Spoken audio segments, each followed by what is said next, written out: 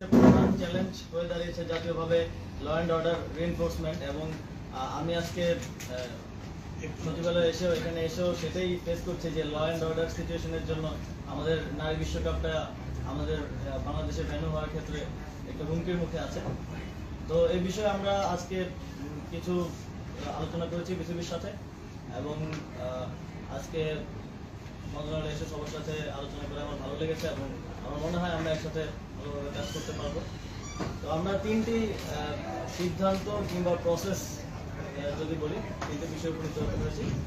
প্রথম হচ্ছে যুব ক্রীড়া মন্ত্রণালয়ের অধীনে শেখ হাসিনা জাতীয় যুব উন্নয়ন ইনস্টিটিউট আছে, আমরা এটার নাম পরিবর্তন করতে চাই।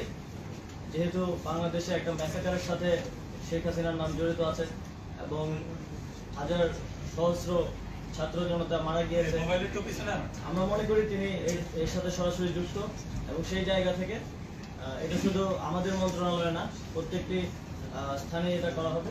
তো শেখ হাসিনা জাতীয় যুব উন্নয়ন ইনস্টিটিউটের নামটা আমরা পরিবর্তন করে বাংলাদেশ জাতীয় যুব উন্নয়ন ইনস্টিটিউট করছি এবং এই বিষয়ে প্রসেস চলমান থাকবে এবং দ্রুতই এটা কমপ্লিট হবে।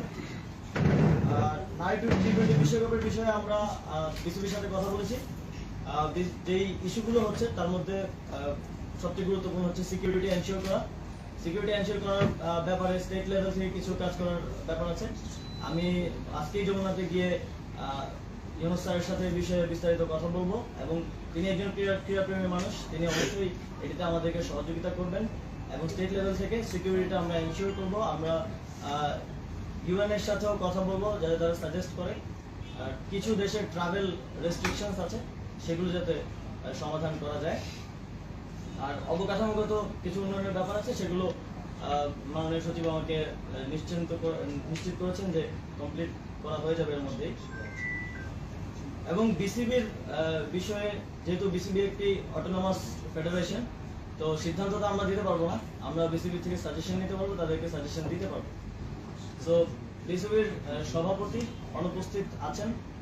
অবশ্যই একটা ফেডারেশনকে ওয়ার্ক করতে হইলে তার সবগুলো অর্গান ঠিকভাবে ভালোভাবে কাজ করতে হয়। সভাপতির মধ্যে গুরুত্বপূর্ণ দায়িত্ব যিনি আছেন তিনি অনুপস্থিত আছেন, কিন্তু বিসিবি যেহেতু একটা অটোনমাস ফেডারেশন আইসিসির অধীনে, এই বিষয়ে আমরা সিদ্ধান্ত নিতে পারবো না। আমরা সাজেস্ট করেছি যারা বিসিবির ডাইরেক্টরস আছেন তারা এই বিষয়ে লিগেলি কিভাবে আইসিসির লিগেল ফ্রেমওয়ার্কের মধ্য থেকে কিভাবে এই বিষয়টি সমাধান করা যায় এবং অন্তর্বর্তীকালীন সময়ের জন্য কাউকে নিয়োগ করা যায় কিনা সে বিষয়ে তারা আমাদেরকে পরবর্তীতে রিপোর্ট করবে এবং এই বিষয়ে আমরা প্রসিজারটা চালু রাখবো। তো এই তিনটি সিদ্ধান্ত কিংবা প্রসেস যাই বলেন আজকে আমরা উপনীত হতে পেরেছি এবং সামনে আরো আজকে আমি সময় দিতে পারছি না কারণ আমাদের আপনাদের প্রধান বিচারপতির শপথ গ্রহণ অনুষ্ঠান আছে। তো আমরা আরো বিস্তারিত কথা বলবো, আমি আবার এসে হয়তো আরো বিস্তারিত কিছু বিষয়ে সিদ্ধান্ত আমরা নিতে পারবো। আপনি বাংলাদেশ ক্রিকেট বোর্ডের কথা বললেন যে বাংলাদেশ ক্রিকেট বোর্ড আপনার বডি বা আইসিসি নিষেধাজ্ঞার একটা বিষয় আছে, বাংলাদেশ ফুটবল ফেডারেশন আছে, বাংলাদেশ ফুটবল ফেডারেশন আপনার দলীয় কর্মী বা সভাপতি পজিশনগুলো আছে। অন্যান্য ক্রীড়া ফেডারেশনও কিন্তু আপনার দলীয় নেতা কর্মী বা আওয়ামী লীগের অনেকেই ভালো ভালো বড় বড় পোস্টে আছে। ওইসব ফেডারেশন বা ক্রীড়া সংস্থাগুলোতে কিন্তু আপনার এই ধরনের কোনো নিষেধাজ্ঞার কোনো বিষয় নেই, সেগুলোর ব্যাপারে কি ধরনের পদক্ষেপ নেওয়া যেতে পারে? আসলে আজকে সময় স্বল্পতার কারণে এবং নারী টি-20 বিশ্বকাপের কারণে বিসিবির সাথে আমরা আলোচনা করার সময় বা সুযোগ পেয়েছি। বাকি ফেডারেশনগুলোর সাথে আমরা পর্যায়ক্রমে আলোচনার ভিত্তিতে এই বিষয়গুলোতে তাদেরকে সাজেশন দেওয়া থাকলে সাজেশন দেবো এবং অবশ্যই লিগেল ফ্রেমওয়ার্কের ভিত্তিতে কাজগুলো করতে হবে। যেহেতু অটোনমাস প্রত্যেকটা বডি আমাদেরকে প্রসেস ফলো করতে হবে। যে কোনো পরিবর্তনের ক্ষেত্রে পরিবর্তন আমরা অবশ্যই করার জন্য তাদেরকে সাজেস্ট করবো, কিন্তু প্রসেসটা ফলো করাটা জরুরি। যতটুকু জানি আপনি ক্রীড়া প্রেমী একজন মানুষ এবং শুনেছি আপনি স্পোর্টস সম্পর্কে ভালো খোঁজ খবর রাখেন। জানতে চাই যে বাংলাদেশের স্পোর্টসে যেহেতু আপনি এখন দায়িত্বে আছেন, স্পোর্টসের বাজেট কিরকম, কোন খাতে কিরকম, সেটার ব্যাপারে কি কোনো ধারণা আগে ছিল কিনা বা এখন কোনো পেয়েছেন? আসলে স্যার আজকে আসছেন, আমরা কার্যক্রম সম্পর্কে বলেছি, স্যারকে বাজেট সম্পর্কে আমরা বিস্তারিত ধারণা দিব। আপনাদের অবগতির জন্য জানাচ্ছি গত অর্থ বছরে আমাদের 1309 কোটি টাকা বাজেট ছিল, এবার সব যুব এবং ক্রীড়া মিলে 2111 কোটি টাকা, 2211 কোটি টাকা আছে তার মধ্যে আসলে গত বছরের যে বৃদ্ধি, এই বৃদ্ধিটা আপনারা অনেক মিডিয়ায় বলেছেন যে ক্রীড়া ক্ষেত্রে বেড়েছে, এটা বাড়েনি। 700 কোটি টাকা আসলে আমাদের যুবর একটা আর্ন প্রজেক্ট আছে ওয়ার্ল্ড ব্যাংকের, সেখানে 700 কোটি টাকা আসার ফলে এটি বেড়েছে। এছাড়া যে নর্মাল বৃদ্ধি সেটা 10% নিচেই আছে। আমরা মাননীয় উপদেষ্টা মহোদয়কে বাজেট নিয়ে টোটাল ব্রিফ করব এবং আমাদের বাজেট আরো এক্সপিরাইট করার জন্য পরবর্তীতে বাড়ানোর জন্য, ক্রীড়া ক্ষেত্রে ভূমিকা রাখা বা সাফল্য পাওয়ার জন্য সেটা ইনশাল্লাহ আমরা চেষ্টা করে যাব। ধন্যবাদ। আপনি ভালো যাবেন, খুবই সংক্ষেপে। অনেকেই বলছেন যে আপনি দায়িত্ব নেওয়ার পরে ক্রীড়া ক্ষেত্রেও যে গত 16-15 বছরে বিভিন্ন বৈষম্য হয়েছে, অনিয়ম দুর্নীতি হয়েছে, ঢেলে সাজানোর একটা কথা শোনা যাচ্ছে। আসলে কি আপনি ঢেলে সাজাতে চান কিনা?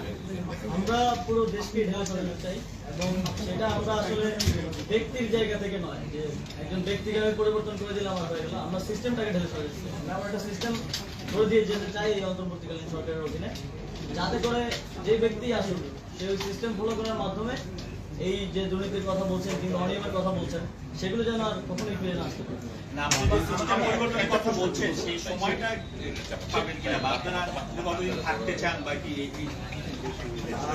থাকতে চাওয়ার বিষয় নেই। এখানে বাংলাদেশের জনগণ একটি স্বতঃস্ফূর্ত গণ অভ্যুত্থানের ভিত্তিতে এবং একটি রিফরমেশনের দাবিতে যে গণ অভ্যুত্থান হয়েছে তার ভিত্তিতেই আমাদেরকে দায়িত্ব দিয়েছে। আমরা সেই দায়িত্ব পালন করব। আমরা যতদিন দরকার ততদিনই থাকবো এই দায়িত্ব পালন করার জন্য। আমাদের যারা আছেন আমাদের অন্তর্বর্তীকালীন সরকারে কারোরই আসলে ক্ষমতা ধরে রাখার বা ক্ষমতায় থাকার অভিলাষটা নেই। আপনারা দেখতে পারেন সেখানে শিক্ষক আছেন, মানবাধিকার কর্মী আছেন, আমরা ছাত্ররা আছি। মাননীয় উপদেষ্টা, সেটি হচ্ছে আমার একটা প্রশ্ন। সেটি হচ্ছে যে ভোটগুলো রয়েছে, আমরা দেখি যে সেখানে পলিটিক্যাল প্রভাব থাকে প্রচন্ড পরিমাণে। সেই পলিটিক্যাল প্রভাব মুক্ত করার জন্য আপনারা স্থায়ী কোনো ব্যবস্থা অথবা এই অন্তর্বর্তীকালীন সময় করে যাবেন কিনা? ভোটগুলোর ব্যাপারে, ভোটগুলো যেহেতু অটোনমাস, তো সেগুলোর ব্যাপারে সিদ্ধান্ত নেওয়ার ক্ষেত্রে আমাদেরকে লিগেল ফ্রেমওয়ার্কগুলো আরো ভালো করে স্টাডি করতে হবে। তো আমি তো সেই সময়টা পাইনি। আমি আজকে প্রথম এসেছি এবং আজকেও বেশিক্ষণ সময় দিতে পারছি না, যদিও ইচ্ছা ছিল। তো আমরা সেগুলো স্টাডি করব এবং এর মধ্যে দিয়ে একটা স্থায়ী সমাধান করার জন্য কোনো স্টেপ নেওয়ার মতো সুযোগ থাকলে আমরা অবশ্যই আমরা কিন্তু শেষ করতে হবে।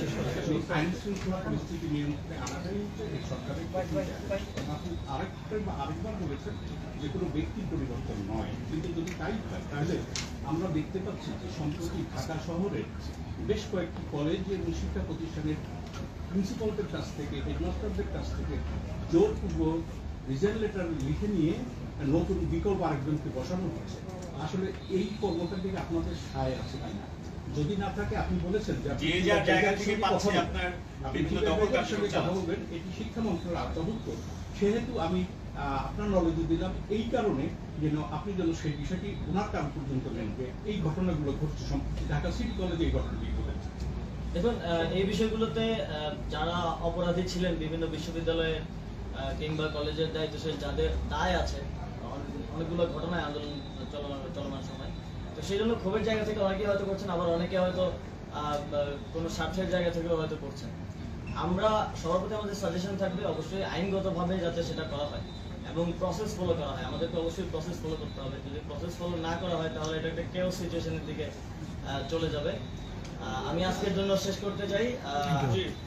ধন্যবাদ।